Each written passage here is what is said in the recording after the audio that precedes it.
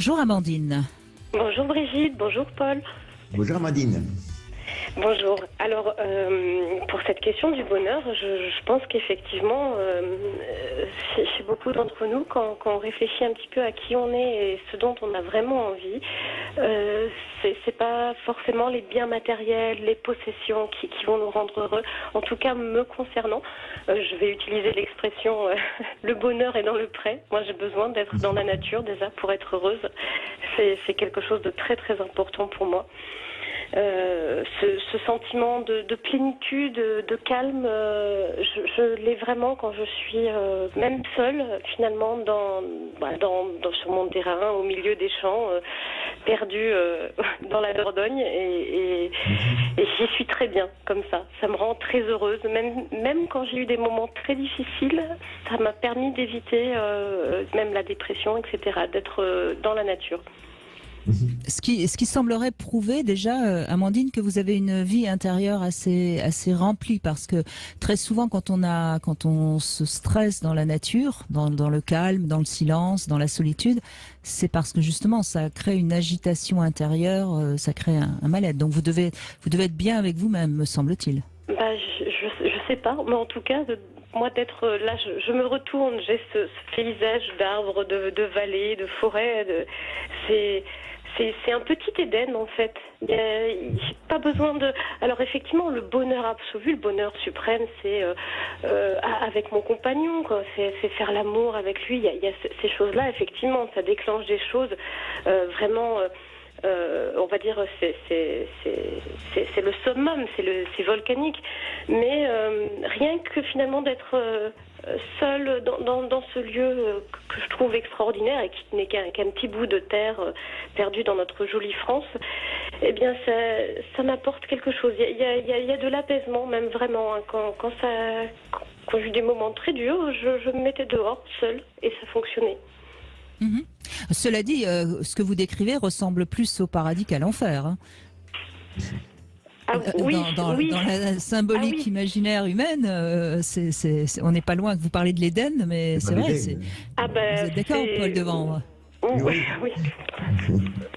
En fait, je pense qu'Amandine l'exprime très très simplement et très bien, justement, c'est que comme vous le notiez aussi, Brigitte, c'est que le bonheur passe avant tout par le fait pour moi d'être bien avec soi, d'être en accord avec soi-même. Et puis il y a le bonheur, cette plénitude là, même si des choses parfois peuvent, évidemment que ça n'évitera pas des choses difficiles dans notre vie, des problèmes dans tous les domaines possibles, mais le fait d'avoir cette relation bienveillante envers soi-même est une base qui permet vraiment à ce moment-là justement d'apprécier d'apprécier le paysage que l'on voit, d'apprécier de faire l'amour avec son conjoint de manière passionnée, parce que on est bien avec soi et donc on sera bien avec son environnement. Si on n'est pas bien avec soi, si on s'en veut tout le temps, on ne va pas voir le paysage, on ne va pas être capable de le voir, on ne va pas apprécier ce partage d'amitié, ces 2 heures passées avec une bonne amie, avec un bon ami, ce moment de fabuleux au lit avec son partenaire. Tout ça, on ne peut l'apprécier qu'à partir du moment où on est en capacité de pouvoir l'apprécier. Et ça, je pense que ça vient avant tout de la relation qu'on va entretenir avec soi-même, qui est plus ou moins facile, hein, qui n'est jamais acquise une fois pour toutes.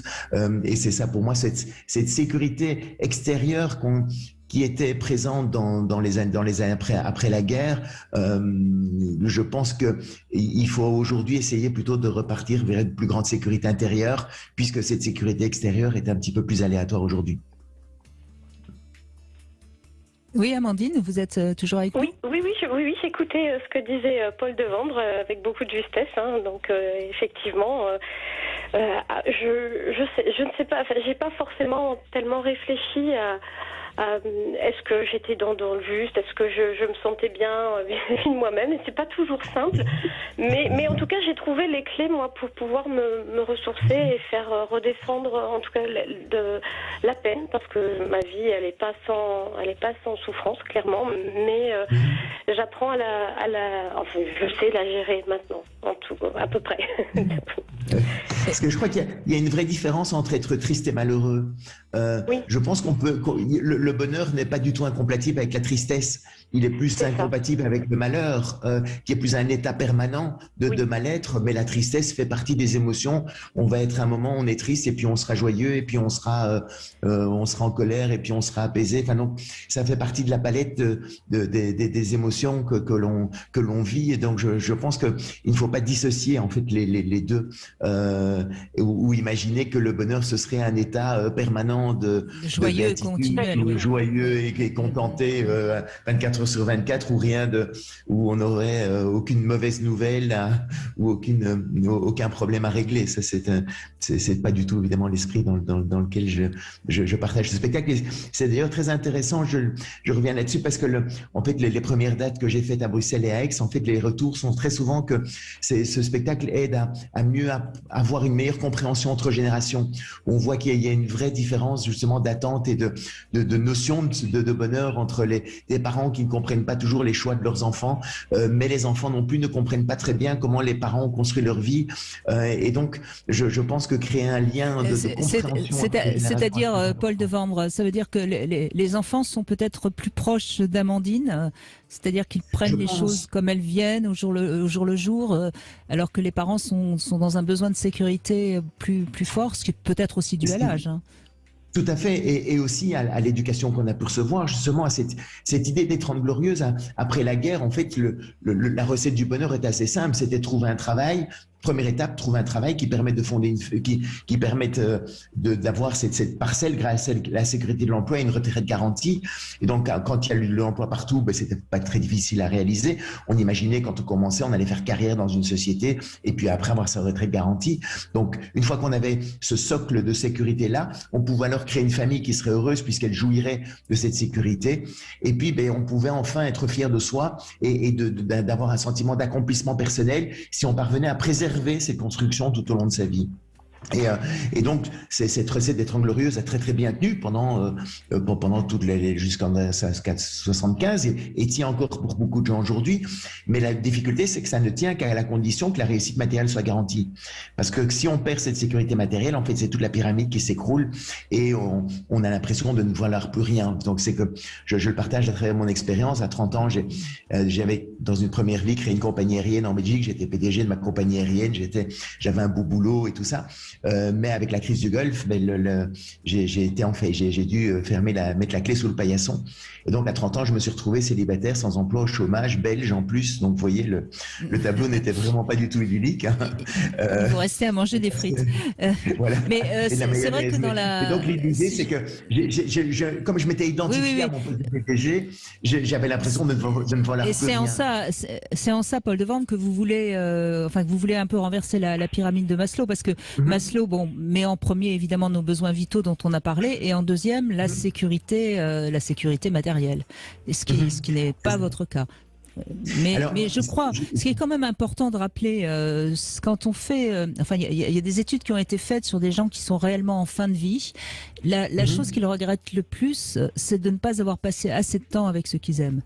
Donc on voit bien au fond que quelque part, on le sait au fond de nous-mêmes que ce qui compte, c'est plus le lien social, le lien affectif que la sécurité matérielle. Amandine, vous l'avez dit d'ailleurs, hein, vous êtes bien. Et puis après, la cerise sur le gâteau, c'est de partager ce lieu avec quelqu'un. Oui, tout à fait. Seul, ça n'a pas la même saveur. C'est un bonheur calme. Le bonheur intense qui vraiment, là, je le sens jusque dans toutes les cellules de mon corps, on va dire. C'est avec l'homme que j'aime, clairement. Puis, ou des moments partagés avec mes enfants. Alors, je dois avoir le bonheur sensuel, moi, parce que ça passe souvent par le toucher, les câlins, les moments. Voilà, j'ai un bonheur sensuel, parce que même mon rapport à la nature, finalement, ça va être sentir l'air, le soleil, toucher la terre, avoir les odeurs, etc. Donc, mais c'est propre à chacun. Si votre mari écoute, il va revenir tout de suite à la maison. Hein. Je sais pas s'il écoute. Il a vu que j'étais on va lui dire. Voilà. Il faut lui dire de rentrer tout de suite. Mais c'est important le toucher parce que ça nourrit beaucoup notre système immunitaire. Donc abuser du toucher, Amandine. Mais écoutez, en tout cas, ça nous a préservé du Covid, même avec un enfant malade à la maison, personne ne l'a attrapé. Donc les câlins doivent fonctionner, c'est super. Oui, mais ça a été prouvé, même de toucher un arbre, toucher une plante, ça provoque en nous quelque chose qui est positif pour notre santé, donc abuser du toucher. En tout cas, c'était sympathique de vous entendre pour démarrer cette émission. Ça, Je crois que vous connaissez vos besoins et vous savez les satisfaire.